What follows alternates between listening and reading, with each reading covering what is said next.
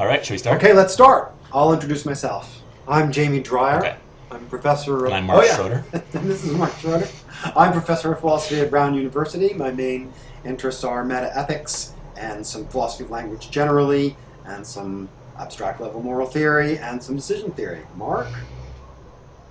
I'm Mark Schroeder. I'm associate professor of philosophy at the University of Southern California, and I do a lot of work in metaethics, practical reason, epistemology, philosophy of language, and some related areas, including history of ethics. Cool. And we can't see each other right now. Just thought the audience might want to know right. that. Although we can hear each other. Okay. So we're going to talk about contextualism, relativism, and expressivism as theories of normative language. I think maybe we'll just say metaethics, which is the traditional name of this view. And in recent years, a lot of philosophers have thought that the problems in ethical language are also problems in normative language generally, but everyone calls this metaethics, so that's what I think I'm going to call it. That's fair.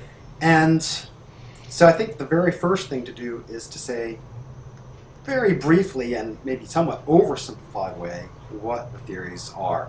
So I'll start. Contextualism.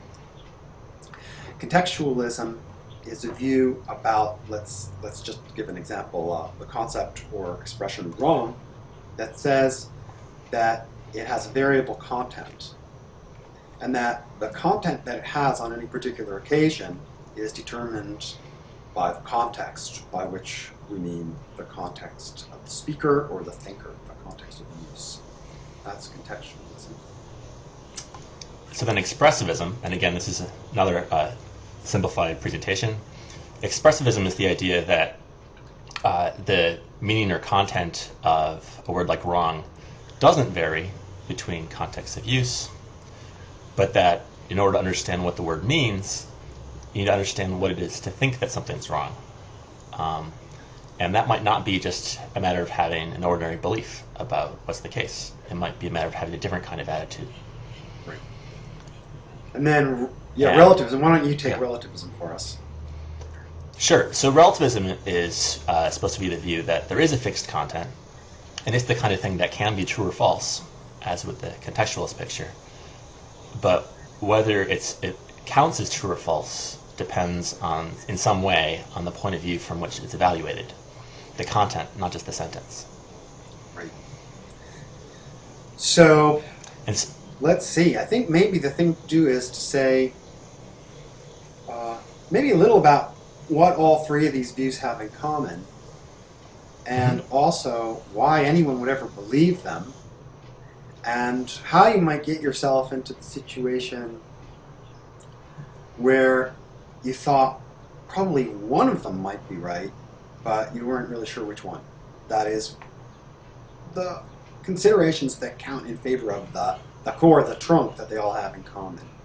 Okay? So at least two things, potentially. So one thing is that all three of these views are a way of denying a kind of simple invariantism about metaethics.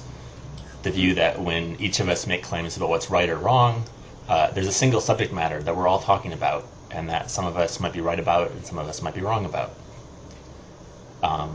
There are also potentially all three ways of making sense of in what way our attitudes or interests might be connected to our concerns when we make claims about what's right or wrong. Yeah. So on the contextualist picture, our attitudes or interests might determine what's true or false. On the relativist picture, they might determine whether claims or contents are appropriately assessed as true or false from our perspective. And on the expressivist picture, our aims or interests might just be what our moral thoughts consist in. Yeah. And You want to add to that? Sorry? You want to add to that? Yeah, I think I do want to add to that. What do I want to add? Right. Well, I think people sometimes get worried about how a certain normative principle or system or outlook could just be correct, just brutally correct. And one thing that these three views, these three types of theories have in common is that they just avoid this question. They don't think that you need to worry. They don't rely on any accounting. They don't need an account of what it is for basic normative principle or theory or outlook to be correct. So instead, as you said, expressivism focuses on the question of what it is to think of one of these views that it's correct. And contextualism and relativism each say that a normative judgment can be correct relative to this or that outlook or system, and there's no more kind of correctness to be had, and none to look for. So I think that's one thing that does motivate people to kind of into this general camp. And then the other, of course, is if you think that there's a special connection between moral judgment and affect or conation or motivation, then each of these theories hooks up moral judgment very directly to motivation or affect. And indeed, it kind of makes the person who's judging, it makes their affective stance or their motivational perspective, it participates very directly in what's said or the truth of what's said. After all, normally we think that people typically think that if you say that somebody thinks that something is wrong, it would be strange to go on and say, but they're totally indifferent to whether anybody does it. That would be a surprising claim to go on to. So attributions to people about what they think is right or wrong, Yeah. or at least connect in some way to thoughts about what kind of attitudes they have. Yeah, and furthermore, when people have a moral disagreement, they seem to be disagreeing about what to do. And if they were just disagreeing about what properties a certain action or event had, that they might not have any disagreement over what to do. And similarly, if they perfectly agreed about what particular theoretical property something had, they might still disagree about what to do. So it seems like moral dispute, moral disagreement, moral conversation is connected with our practical choices, and all three of these theories hook up very directly the notion of moral judgment to our practical outlook. So I guess that's maybe that's enough to say what they have in common. Yeah, and then so one thing to say about a way they're related that I think we agree about is that in some sense, contextualism is a default theory. It's a tool that we have from other topics in the philosophy of language. We know that lots of language does depend on context in terms of what its content is. And relativism and expressivism are both, in some way, a little bit more radical tools. And a natural way of thinking about the choice among these three theories is that both relativism and expressivism are in some ways motivated by taking there to be some problems with contextualism that these two views could solve. Right. I think that is right. Is that fair? So should I say something, shall I elaborate a little bit more on contextualism? Sure. Okay. So let's start with a kind of a simplistic version of contextualism. And here's an analogy.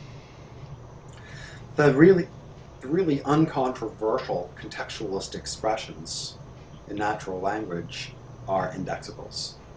And what we know is that the word here, for example, or the word today, can have a different content on a different occasion of use, while in some sense retaining the same meaning over all these contexts. So when I say that it's wet and humid here, and then Mark says, here it's dry and sunny,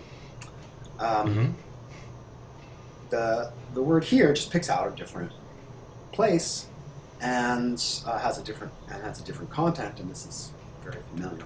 Now, a contextualist about ethics says that something similar is happening when people talk about what is wrong. So, for instance, suppose I say, suppose I say that, but technically it's better if I don't put it that way. Suppose I assert this sentence. I say, Mm-hmm.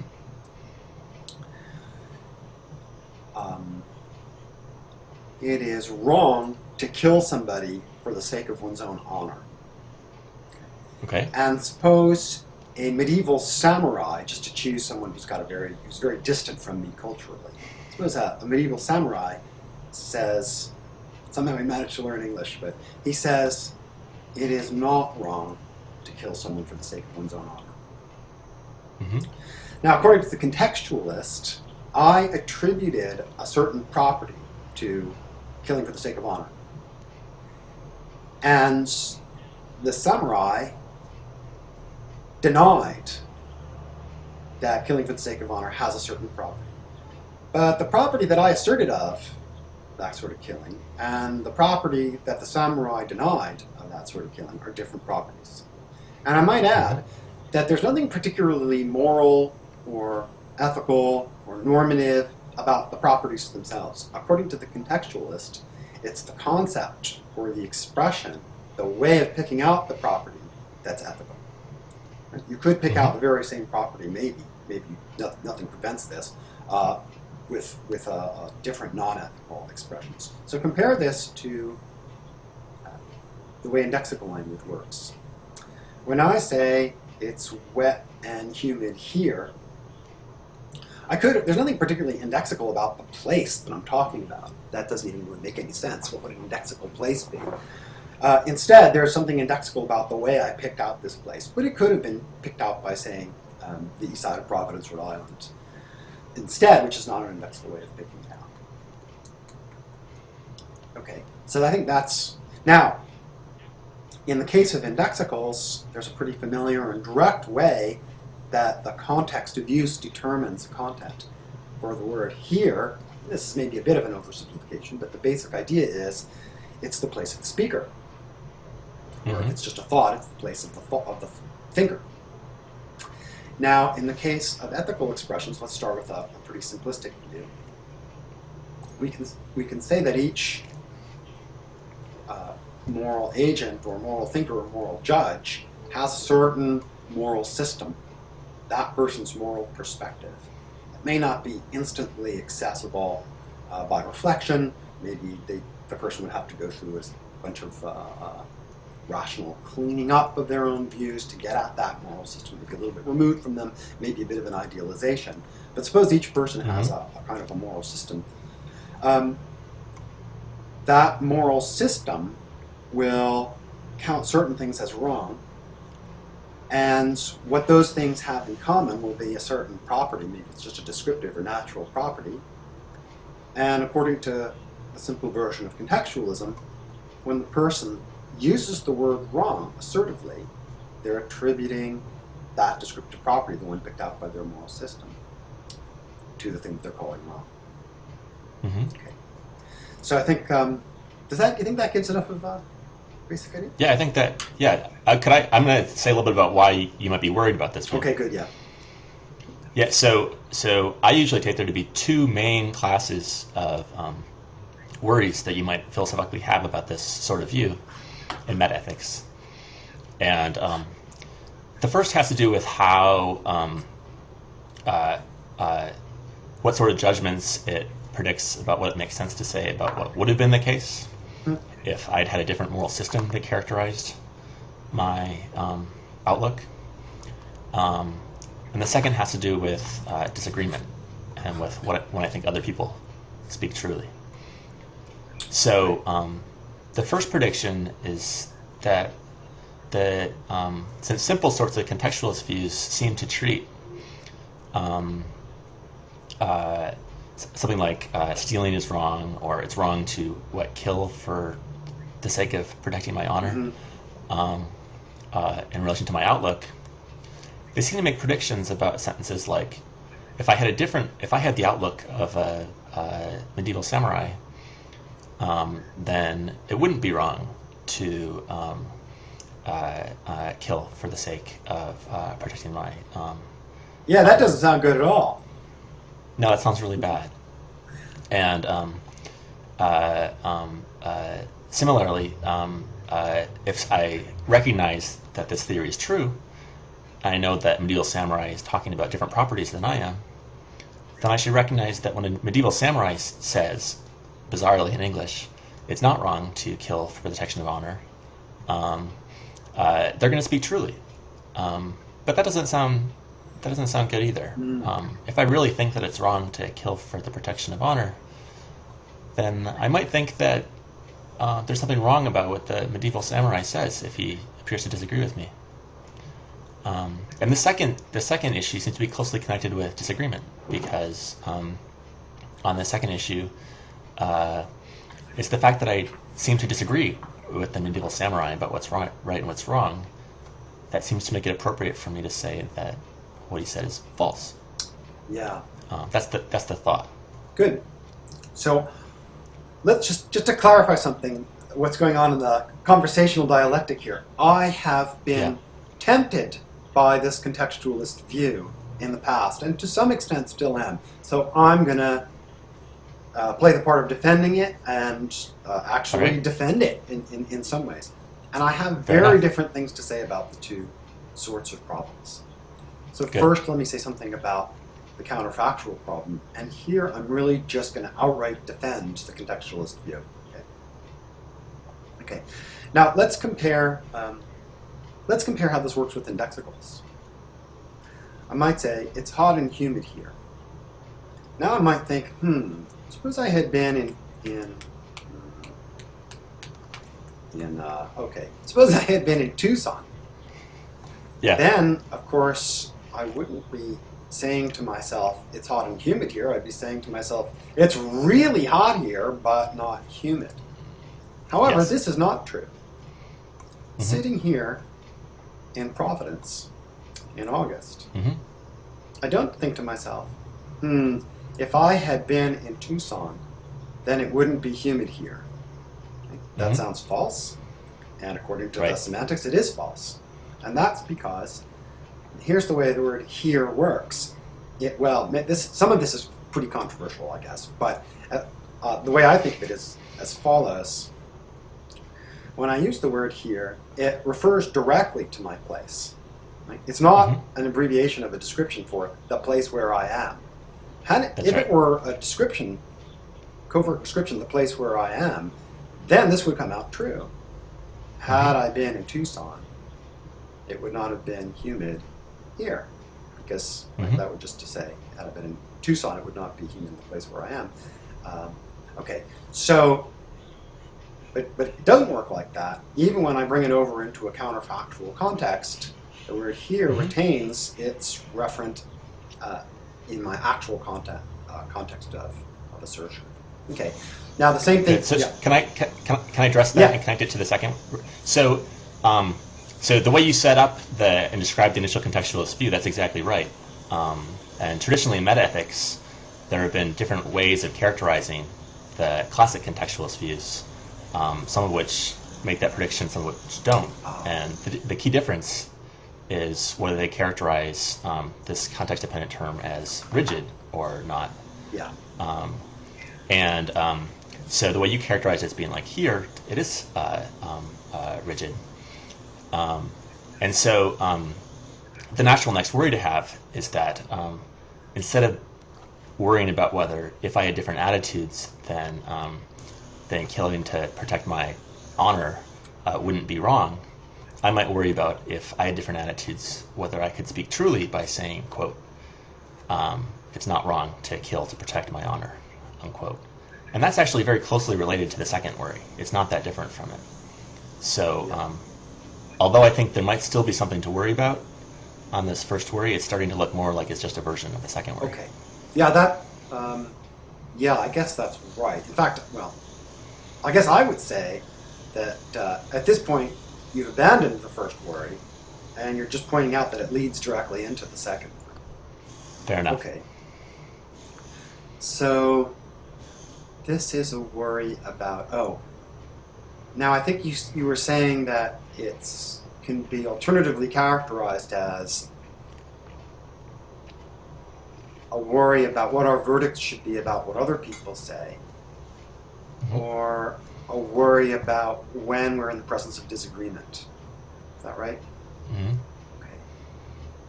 I guess that's true. I guess that's right, because we think if I want to say, no, what she said is false, that's disagreement. And if I disagree, then I should want to say, no, what she said is false. So they ought to amount to the same thing. There's some connection there. So what I actually think about this is that some of this, let's see. So there seems to be a gap between what the contextualist view predicts and what we're actually inclined to think without any recourse to any particular theory. And I think some of that gap can be closed, but I don't think all of it can be closed. Mm-hmm. So first, I think the normal case of moral disagreement is a case of the two people in rather similar circumstances with more or less the same background and roughly similar cultures engaged in a dispute. And what I want to suggest is that in such cases, it may be an unspoken assumption between them that their standpoints are similar enough that the properties they're picking out with their use of the term wrong are going to be the same property. That is, they are roughly in the same context. So imagine that instead of being on the telephone with each other, we were sitting in the same office and we were having an apparent disagreement about whether there's any hot and cold running water here. Okay, I said, there's hot and cold running water here. And you said, I don't think there is any hot and cold running water here.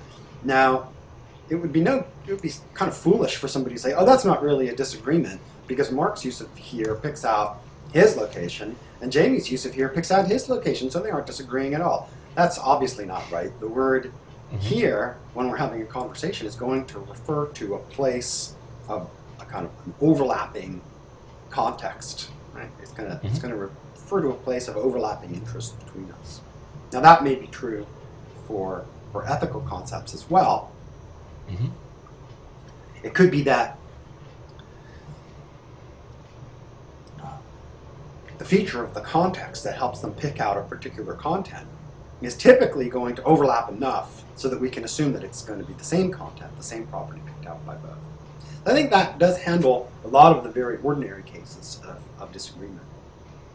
Absolutely. And so given that kind of structure to the contextualist view, then the worry is going to shift to what we're going to think and how importantly we're going to take intuitions about apparent disagreements across very different kinds of conversations. Right. That's why I deliberately picked the case of the samurai as an example, because it's extremely implausible to think that deep down my moral system and the samurai's moral system are the same. Well, it's extremely implausible to me. To me, I think maybe some people think that, well, really, anybody could get at the one true moral view if they just thought about it long enough. But I don't think that. Now, one move at this point, without resorting to expressivism or relativism, but to try to make sense of how people who have very different moral outlooks might be trying to disagree with one another, is to hold that it's a useful pretense for lots of purposes to try to presuppose that we really are having the same underlying moral code, even though as a matter of fact we're not, because that might be effective for helping to convince other people who do share our moral code, or else to bring people around to joining our moral code. Or in general, for the purposes to which we typically do put moral conversations and disagreements, after all, they do have a kind of practical purpose of reaching some kind of, if not exactly agreement, then some sort of harmony or consonance, so that we're not all at odds with each other, maybe a compromise. And so if there's some kind of pressure to get at underlying agreement or some common ground, that might also be part of the explanation for why Mm-hmm. for why it seems as if there just is common ground rather than that's a goal that we're shooting for. Can I say Right. can I say one more thing? I'm not sure what you think about this, but there's some recent empirical work on the following subject. Mm-hmm. Well, here I'll just give you the example. This is I heard this from Josh Noba, and he and some of his colleagues investigated this question. They gave people this. Let's see, where's the sample? There it is. They gave him this example. Horace finds his youngest child extremely unattractive and therefore kills him. Okay. Now, first, the subjects are told to imagine one of your classmates thinks that this act is morally wrong, but Sam thinks that the act is morally permissible. And the subjects are asked, do you agree, and to what extent do you agree with the following claim? Since your classmate and Sam have different judgments about this case, at least one of them must be wrong. Now, people do agree pretty strongly with this. That's a case of two classmates. Then they set up the same question for other subjects, and they asked them about two disputants who are in very different cultures. One of the disputants is in a made-up tribe called the Mamelons in the Amazon rainforest, where they've preserved a traditional warrior culture. Okay? Mm-hmm. And in that case, people are much less inclined to think one of them must be wrong. And then they asked a different group of subjects about a disagreement between maybe one of your friends and an extraterrestrial being called a pentar. Okay. It's a very different sort of psychology. Is it important what they're called, Jamie? Yeah, it's important. I just thought they would get credit for these funny names. All right. Okay, and they're much less inclined to think that the pentar and the human are disagreeing in the sense that at least one of them must be wrong. Now, actually, they didn't ask questions. These nice experimental philosophers didn't ask questions about disagreement. They asked questions about. They asked this question: since these two people have different judgments about this case, at least one of them must be wrong. And they found that there was less temptation to agree with that as the two people making the judgments get further and further apart culturally and kind of. So I guess what I want to say is maybe people's intuitions about disagreement and about verdicts of truth and falsity of what other people are saying, maybe that does actually fit pretty well with my hypothesis that there's some presupposition of common ground or aims at common ground. Yeah. Absolutely. I mean, I wouldn't be surprised if. I mean, it sounds to me like the in this particular experiment, it might have been more interesting if they focused directly on disagreement instead of on wrong, which there are lots of ways that judgments can be wrong, even if independently of being false. Absolutely. But I wouldn't be surprised if the same result generalized to at least some extent to judgments about disagreement. And part of what that tracks is that it's certainly going to be controversial in people's intuitive judgments about the extent to which this disagreement spreads. So if you're going to accept some results that some professional philosophers find unintuitive, the fact that lots of people don't find them so unintuitive makes it certainly a better place to stake your ground. Yeah, I think I think this is a cost of the theory, that it has to say that, if Martians show up and they actually do tell us it is not wrong for us to eat you, that we should think, oh, that's just true. That's just straightforwardly true. That's a cost of the theory. It's just that it might not be quite as high a cost as people make it out to be. So, absolutely, there's we kind of need to see what the costs and benefits of the other theories are before we reach our final verdict. Good. So let's say something about expressivism and relativism. Right. And try and say something about disagreement and how those views are going to treat it. Right. So on the expressivist picture, on the natural ways of implementing it in metaethics, judging that it is wrong to kill in order to protect your honor isn't a matter of judging about some content, which varies depending on your moral system or moral code, or the moral code that's relevant in your conversation. It's just a matter of having a moral code which looks negatively on killing in order to protect honor. So you might call that just a matter of disapproving of killing to protect honor, although different expressivist views could have very different views about what this attitude of disapproval amounts to. Right. And so on this picture, you might think that judging that, thinking that it's wrong, it just is disapproving of it. Thinking that it's not wrong is a matter of having a contrary attitude, say a tolerating attitude towards killing to protect honor. And that these two people, somebody like Jamie who disapproves of killing to protect honor, and someone like the medieval samurai who tolerates killing to protect honor, they have a clash of attitudes. And those two attitudes put them in a kind of conflict with one another, and they kind of disagreeing because of that difference in their attitudes. Right. So that actually... Not a difference in beliefs, it's a kind of practical difference between them. Yeah, and that fits with what, if to bend the expression a little bit, the early expressivists said. Of course, they didn't call themselves expressivists, but I'm thinking Ayer, Stevenson, and Stevenson in particular. And they said that there's a disagreement in attitude. I think Ayer said there's a disagreement. No,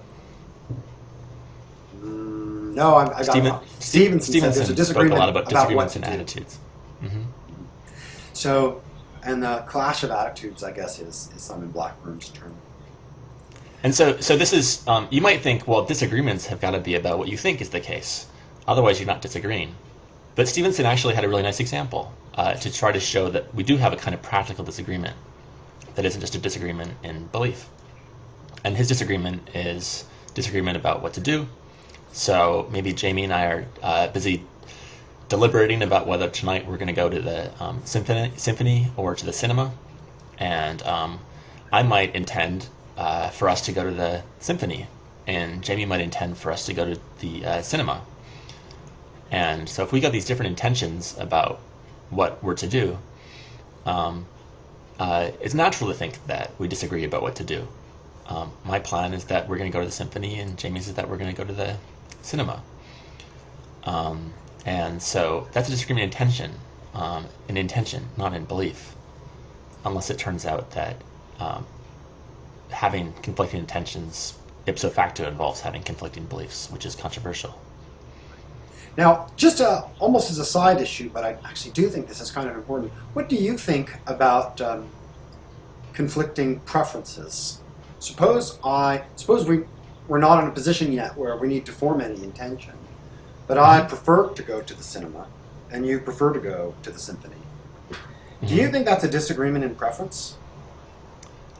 You prefer that we go to the symphony, and I prefer that we go to the cinema. Okay, yeah. Yeah, I think that's a kind of disagreement in preference. I think that's very plausible, at least. Mm-hmm. I don't think we disagree in preference if... Well, I think this is more controversial. It's trickier. If you prefer going to the cinema to going to the symphony, and I prefer going to the symphony to going to the cinema,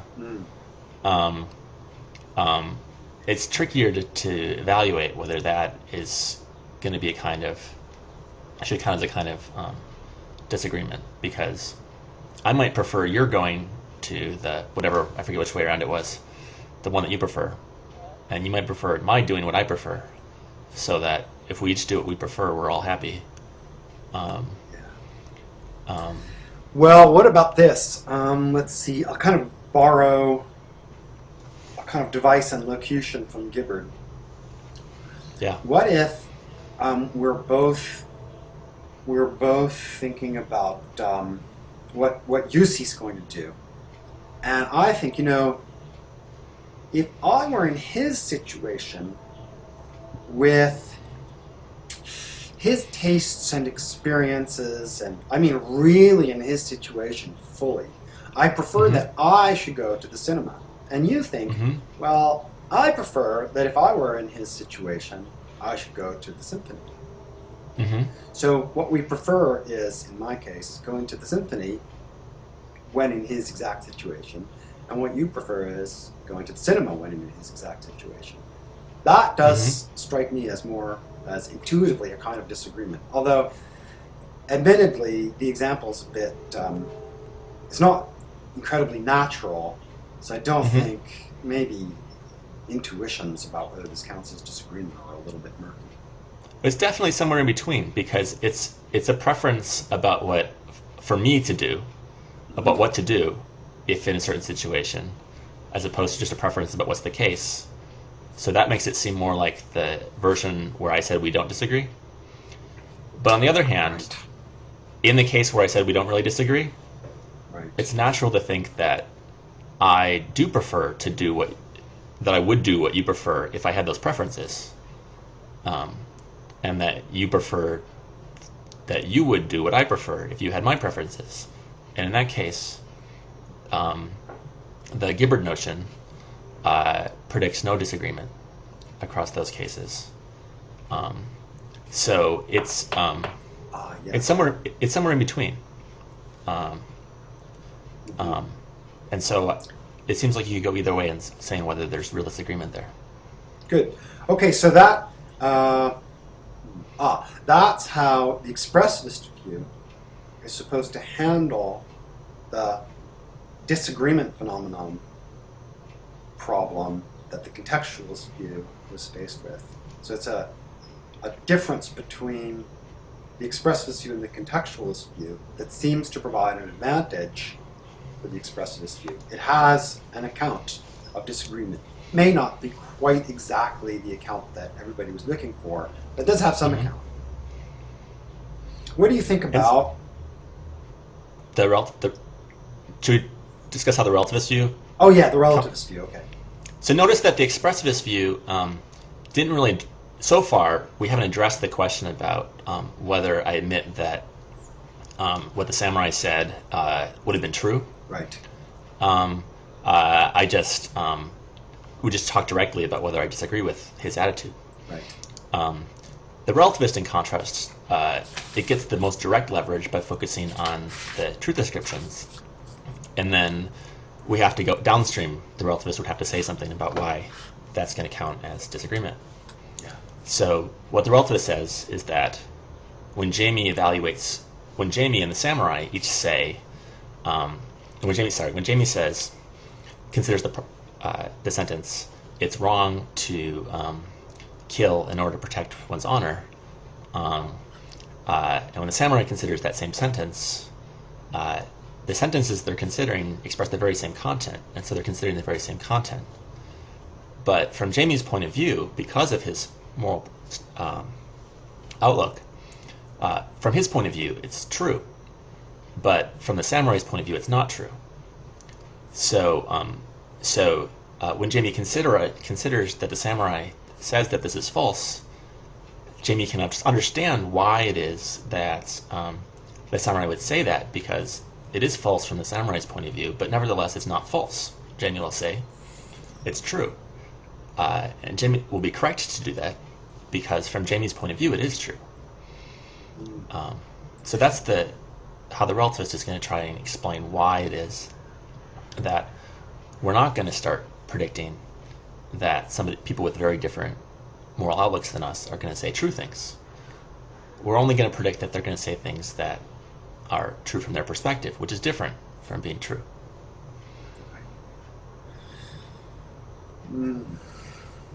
Yeah. So that's not a direct explanation of why they disagree, but it's a direct explanation of why we're going to use the word false to describe what other people say, even when it's true from their perspective. Right.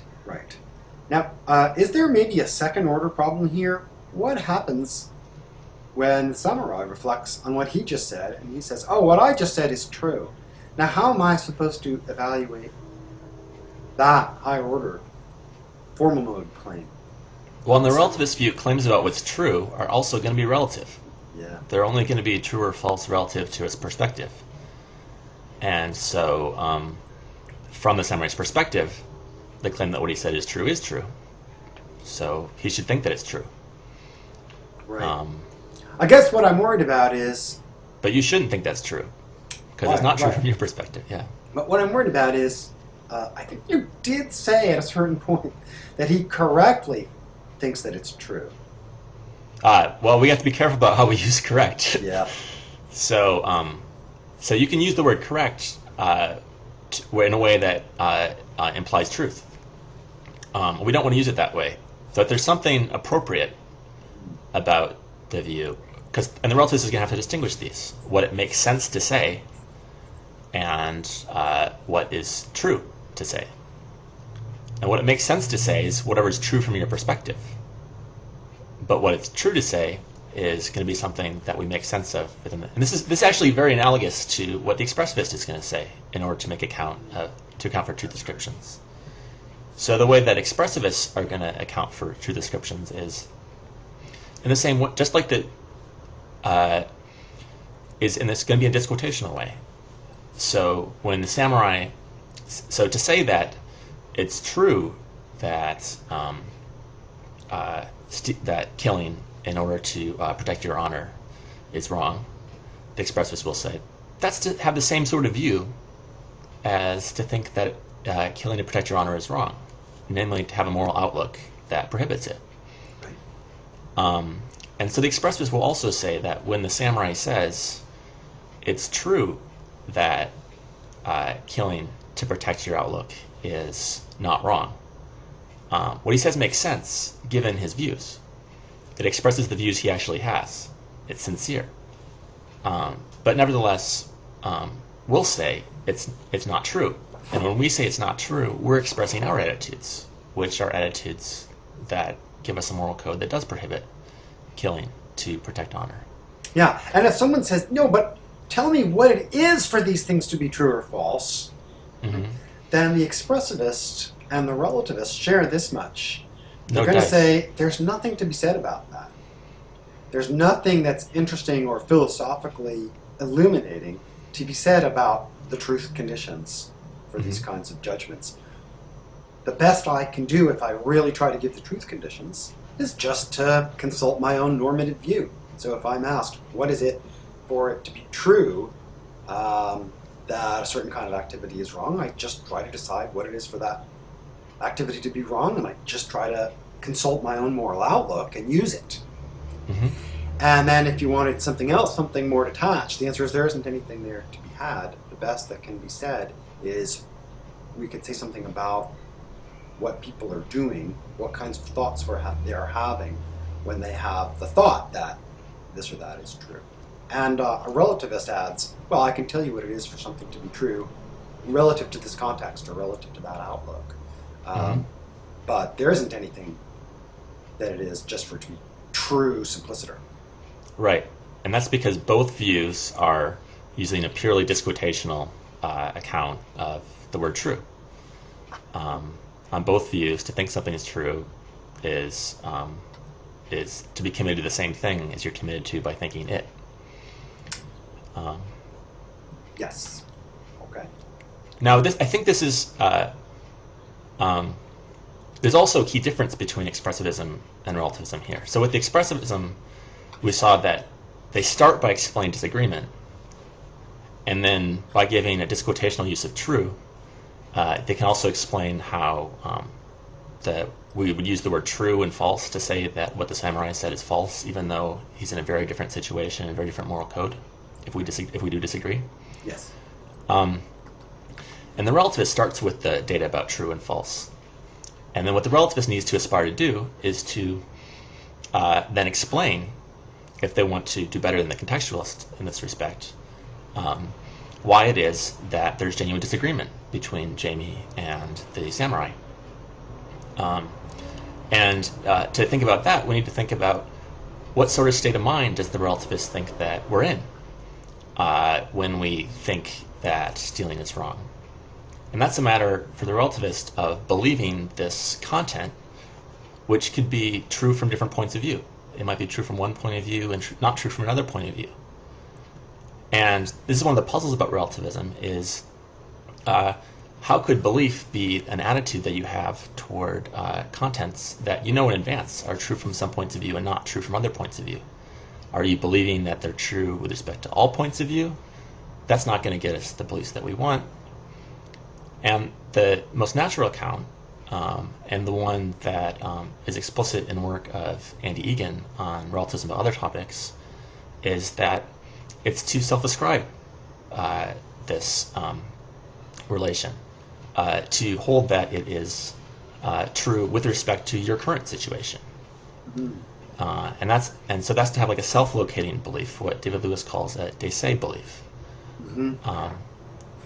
But the problem with this is that having de se beliefs that can't both be true isn't always a matter of disagreement. So just because Jamie believes that in his situation, given his moral code, it's a moral code that prohibits killing to protect honor, and the samurai believes that in his situation, given his moral code, it's not a moral code that prohibits killing to protect honor, there's no disagreement there. Because we know that having those kinds of self-locating or de se kinds of beliefs aren't going to be ones that are going to put people in disagreement. Good. So that's right. This I think is a problem for the relativist, to get past talking about truth and actually say something about disagreement. Could I add, if you really do assimilate belief in one of these relativist propositions to self-ascription or de se belief, then it seems to me that the advantage of the relativist view over the contextualist view begins to vanish. In fact, and you might think that with respect to disagreement, at least, as opposed to truth ascriptions, it's doing worse than the contextualist view, because this de se belief is strictly connected to yourself, your own perspective or situation. And the contextualist view can be flexible, that it could be tied to different situations, or I don't want to pursue that thought too far. Yeah. Right. Okay. So let's see. Let's just take stock here. So we said that there looks to be a kind of a particularly difficult, salient problem with the contextualist view, which is that it makes incorrect predictions, if you will, about when people count as disagreeing with each other. And we thought, well, maybe expressivism or relativism can do better. And expressivism's account of disagreement doesn't look too bad. At least it has an account of disagreement. Mm-hmm. Relativism has an account of the truth verdicts that we render about other people's judgments, and that seems to work out pretty well. But then when it tries to use those to build up an account of disagreement, things just aren't fitting together right. Does that seem like a fair? Yeah. I think so, yeah. Okay. I think there's one more thing we should pursue here with respect to the disagreement, which is, suppose the expressivist is right, that there's a kind of practical disagreement, and not just a disagreement about what's the case. So suppose that there really is such practical disagreement, and that that having a moral code which prohibits stealing puts you in disagreement with somebody who has a moral code that tolerates stealing. Yes. And now suppose that I tell you something which implies that I have a moral code that prohibits stealing. Do you mean, sorry, let's just, things get very hairy here. So do you mean that you, when you say you tell me something that implies that you have a moral code that prohibits stealing, do you mean that you say something and the content of what you said entails that you have a moral code that prohibits stealing? Or do you mean the fact that you said it, say? Let's start with the first case as a simpler case, and it might be extendable, something in the neighborhood might be extendable to the latter view. Okay. So the difference between these is the way Jamie described the contextualist view. What he says doesn't imply that he has a moral code.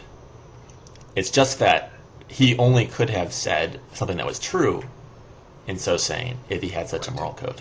Right, it doesn't even imply that I exist. After all, Right. what I say, according to the contextualist, Is totally when consistent. I say that, for example, it's wrong for a woman to have an abortion, suppose I said that, is that a woman having an abortion has a certain kind of property, and that property is a descriptive natural property, we may suppose, and that doesn't even imply that I exist, doesn't imply anything about my attitudes.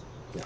Yet, according to the same contextualist view, Jamie could only have uttered that sentence and spoken a truth if Jamie's moral code was one that prohibited Abortions.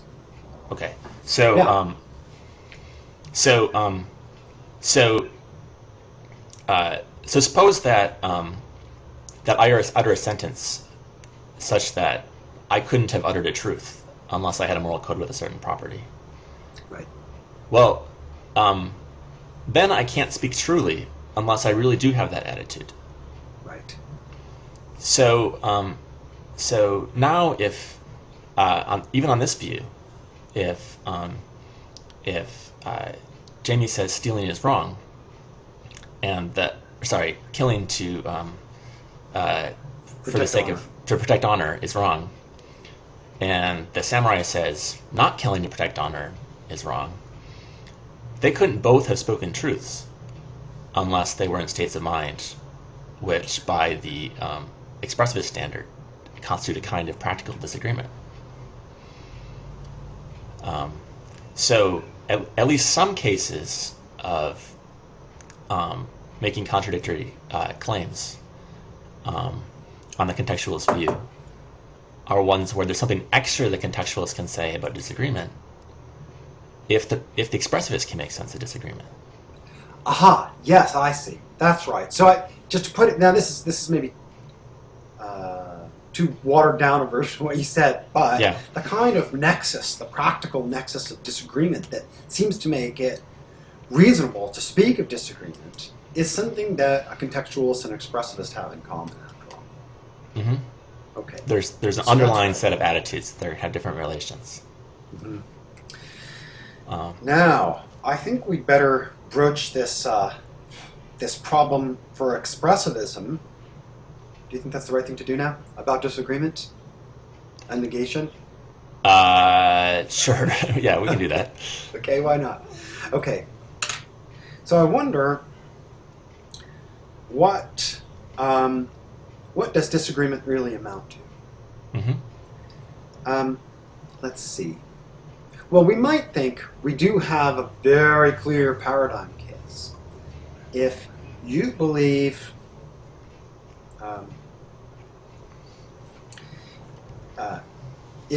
that a Democrat will win the next presidential election, and I believe that it's not the case that a Democrat will win the next presidential election, that's disagreement.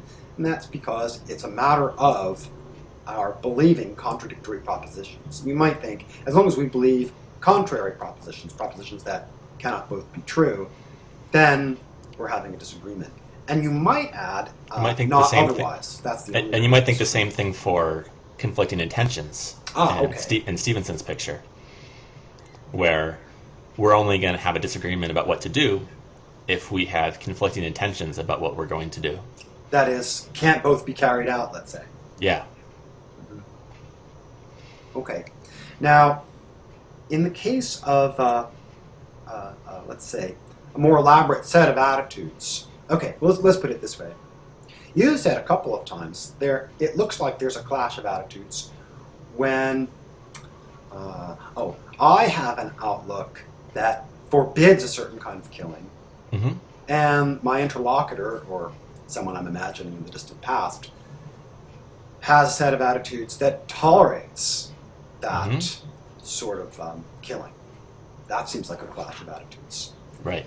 Now, I think what you and I both think is, yeah, that is a clash of attitudes, but what we want is an explanation of what it is for a pair of attitudes to be clashing in this way.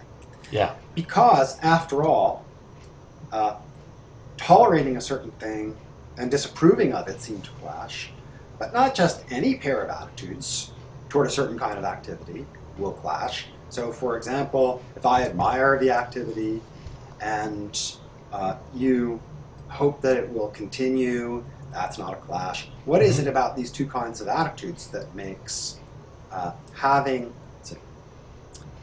the one attitude toward a certain kind of activity clash with having the other sort of attitude Exactly. toward that same activity? Now, this is actually quite a pressing question for expressivism, not just for the sort of the bare reason that they're committed to having a certain account of disagreement, and it's got to stand up under this pressure on various kinds of examples, but also because the expressivist account of negation of normative ethical language depends on it as well.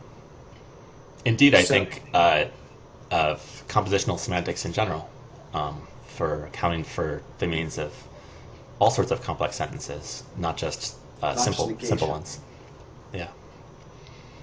Right. Okay. So let's see if we can sharpen up this problem a little bit. Here's what I think is kind of the data that need to be explained. Okay. Sometimes you and I can be in very different states of mind, but it's not a disagreement. And sometimes when we're in different states of mind, it is a disagreement. Paradigms are, if I have a headache and Mark doesn't have a headache, there's no disagreement between us. Yes. Notice that if I had a headache and then I got myself into Mark's state of not having a headache, that would be a pretty dramatic change in my state of mind, but I wouldn't have changed my mind. Right. There's nothing I would have changed my mind about. On the other hand, if Mark thinks that a Democrat will win the next presidential election, and I think it's not the case that a Democrat will win the next presidential election, that is a disagreement. And if I went from having one of those states to being in the other one of those states, that would be changing my mind. Right. Now, I have been inclined to think, although now I'm a little bit worried about this account, that these two things go together. That when two people are each of them in some state of mind and that counts as a disagreement, that it will also be the case that if one person went from the one state of mind to the other, it would be changing one's mind. Now that's not to give an account of what disagreement is, but it's at least to get further grip on it. It's to link two things together. I think that, well, I guess as we've said, expressivism and, do we make this explicit? I think that relativism also needs some account like this. Right? Because after all, okay, sometimes when I self-ascribe something and Mark, what's the opposite of self-ascribing? Self-denies it, or whatever that is. Self-unascribes it. We're disagreeing, and sometimes we aren't. Right. If I self-ascribe a headache by saying "ow," and Mark self-ascribes not having a headache by saying "ah," that's no disagreement. Okay, so some accounts is needed among all these theories, not just for contextualism. That's why I think this problem about disagreement is a problem for all three of these kinds of views. So, where might we look? Where might we look for an account like this? So you were I was asking you. So you were suggesting to help me out. So you were suggesting that would help to pay attention to changing mind. Yeah. I don't think that's gonna. I think whether that helps is going to depend on how we restrict to different kinds of states of mind. Yeah. So what I was suggesting about our preferences, I think goes for intentions and self-locating beliefs as well. That both of those principles come apart if we're going to characterize our preferences or intentions or beliefs in a self-locating way. So if I believe that I'm someplace sunny and dry by the Pacific, and I come to believe that I'm someplace humid and too hot, but in the Northeast, I've changed my mind about where I am. But just because I believe I'm someplace sunny and warmed by the Pacific, and Jamie believes something he would put in the same way, that he's someplace humid and too hot in the Northeast. So we both, he's in the same state of mind that my moving into it would constitute changing my mind, but we don't disagree so far. That's right. So now, could I just add one yeah. thing there? Look, there are two different ways that you could change your self-locating belief. You could change your self-locating belief by moving, right? And then you wouldn't be changing your mind at all about where you were. Right. But on the other hand, you could change your mind by suddenly remembering that you took that airplane trip yesterday or whatever. Exactly. And so that shows how the principle comes apart in the other direction. So if I did it by moving, it would be a case where, sorry, I just lost track of how that thought went. But that's true. That's true. But Okay. just, yeah, go ahead. Well, I'm not sure. I think this is kind of tricky. I'm not sure that the case of preference, intention, and self-locating belief are all the same in this regard. So it seems to me that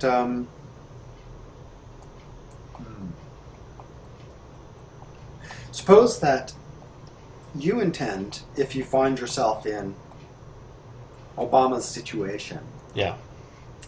to raise the capital gains tax. And I intend, if I find myself in Obama's situation, to lower the capital gains tax. That seems to me a kind of disagreement. And it seems to me that if you went from one of those to the other, it would be a kind of change of mind and so forth. Right. This is what we talked about before when you asked this question, and I said it's sort of in between. It looks like it's like preferences about what to do. That self-locating. It mentioned, it's when I find myself in Obama's situation. But on the other hand, it seems more intuitive that this might be a case where these self-locating conditional preferences of this particular kind might amount to a kind of disagreement. There you go. Yeah, I do think it's a much right. better. I do think it's a much better case. And I think that does connect. That does lock in better with the idea of change of mind. Right? So if I went from preferring that or intending that, if in that situation I were to if in that situation I should phi, I'm trying to use the subjunctive, but like most speakers of English, I don't really know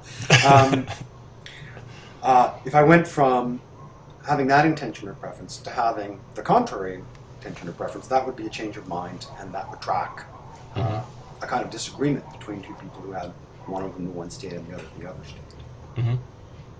Okay. Well, let's see. Where are we now? So maybe. Yeah. Well, okay. Here's my question for you. Do you think there's another one or two important substantive points to touch on, or should we kind of get to the ending here? My worry is that if we pursue the thought too much further here, we're going to get into general worries about the embedding and other constructions besides negation. Yeah. So let's just leave it at this. We both think that this question about disagreement and negation is very closely connected to a general issue about whether you can think of certain states of mind as being representable by propositions or things like propositions, whether they can be thought of as having a propositional content with all the kind of semantic compositionality that goes with theories that attribute contents to things. But maybe for another day. I should mention that that in my book Being Four, I criticize both Jamie and Alan Gibbard's ways of giving an expressivist explanation of disagreement in between thinking that something's wrong and thinking that it's not wrong, or simple cases like that. We got an atomic sentence and its negation, on the grounds of worrying that it's not enough like disagreement between the belief that P and the belief that not P, or the intention to do A and the intention to not do A. Yeah. And I should mention that what we've been talking about right now suggests that maybe with preference, although we haven't talked about indifference yet, and we need to talk about that. That's right. that there might be something that is okay here. Yeah, And that is my bet. Is yeah. that, or anyway, what I think is the best bet is to think about preference and how preferring to do A rather than B is incompatible with preferring to do B rather than A, and is also incompatible with being indifferent between A and B. Right? To think about the sort of logical structure that's at home within our ordinary notion of preference, that's the best bet for expressivism to kind of reconstruct or account for the sense of disagreement that we're going to need to do all this other work that we just sort of mentioned but didn't get into. Good. And just to state where I am on this is that I agree that if you can make this picture of preference and indifference constitute a kind of disagreement, and that is plausibly defendable, then you can say something nice about disagreement about atomic moral sentences, like stealing is wrong. But I think that then the next step in the problem is how you disagree with somebody who thinks that stealing and killing are both wrong, or with somebody who thinks that stealing is wrong and my parents told me so. And in those cases, we're going to look at disagreements between different kinds of mental state, not just preferences and states of indifference, but some other kinds of state. And there I think the same problems are going to arise, and that if you want to ultimately solve these problems, then even if you're an expressivist, you have to have something that looks more like a content. Okay. Yeah, well, I do think that solving these problems and having something that looks more like a content go hand in hand. Mm-hmm. And my kind of deeper methodological commitment is that the account of disagreement has to come first. And the very notion of a propositional content is going to be made sense out of by reference to stuff about disagreement. Maybe that is a good stopping place for us. Sounds fair. Yeah. Should we end there? Is there anything? Yeah. Is there anything else? I mean, look. I guess what I was wondering. I've been interested recently in meta ethics, Mm-hmm. and some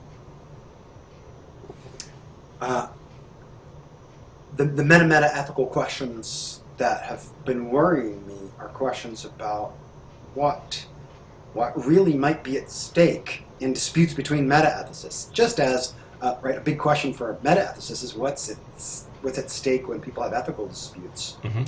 And one thing that worries me is once you see how much in common these theories like expressivism and contextualism and relativism have, Mm-hmm. how much that is they have in common, you might worry that there isn't a real substantive difference among them. That is, there isn't a genuine question of whether one or the other of them is correct or which one. Mm-hmm. That really what's going on is, kind of difference in taste. Some people feel more comfortable with what a kind of internal organization of a theory that looks like this. Some people feel more comfortable with their, but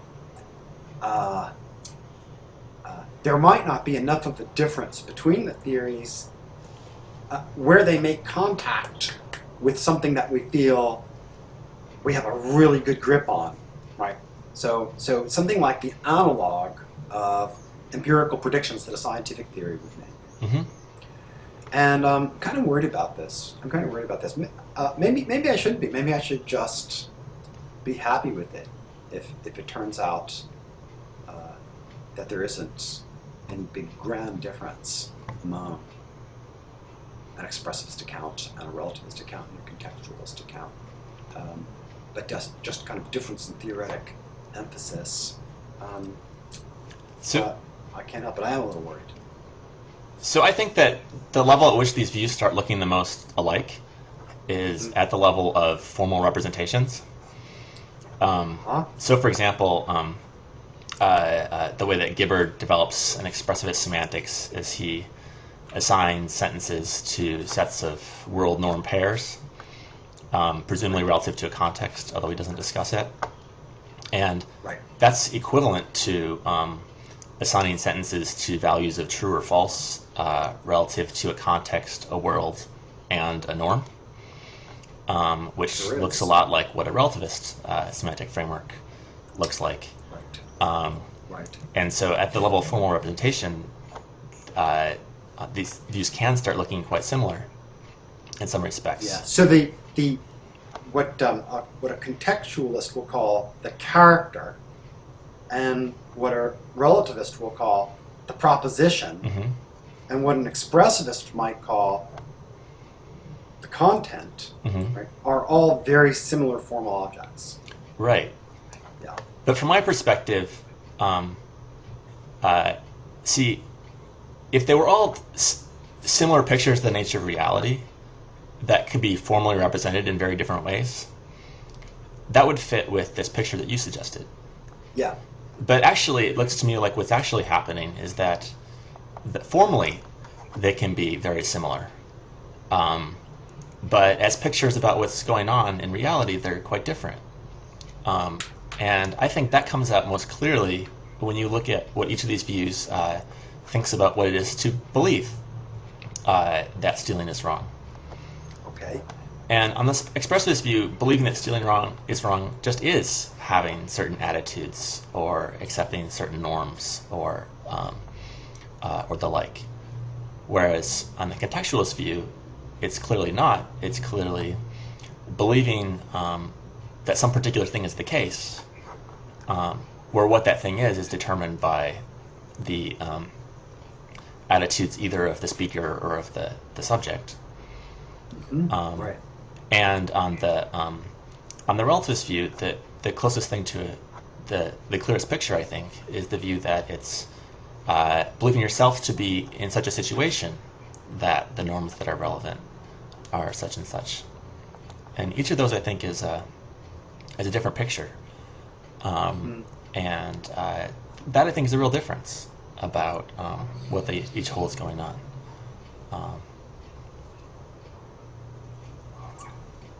Yeah.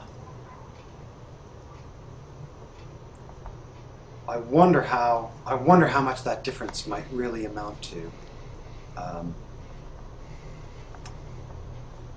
when you start to push on some of the pressure points. I guess that's what would worry me.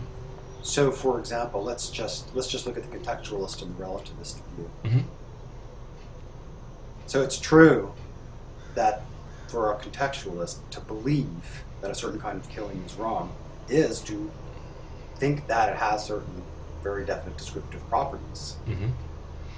And whereas for a relativist, it's to kind of locate oneself in a kind of not physical space, but a kind of phase space, right? A kind of logical space. But it's also true that to have a belief that's correctly,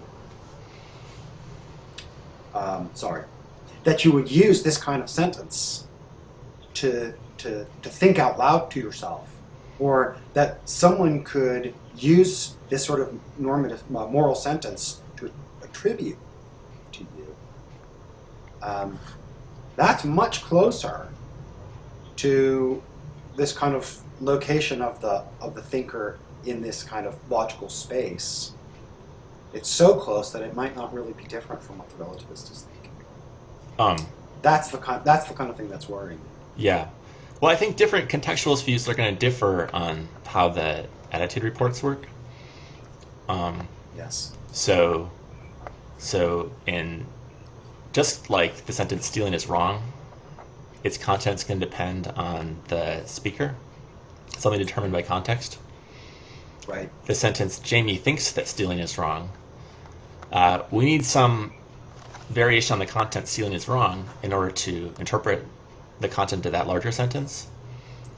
Right. And there's a question of whether it could be fixed by the speaker's context of Right. the whole sentence, or whether something about saying Jamie believes that tells us that it's got to be fixed by Jamie. That's right. Um, That's right. And in the latter case, it starts to look a lot more like relatives, and that's right. That's where you're. And in the former case, it has some more flexibility. And then it's going to be tricky which of those is going to be more attractive for other reasons. Right. That's a good point. Yeah. Well. Okay. Well, thanks. Thanks so much, Jamie. This is fun. It was fun. I hope it's interesting to other philosophers. I hope so too. We sort of left off a whole other dialogue about embedding at that point in the conversation, which maybe we'll have to get back to at some point. Yeah. But anyway, thanks so much. Okay. All right. Bye. Bye. Click.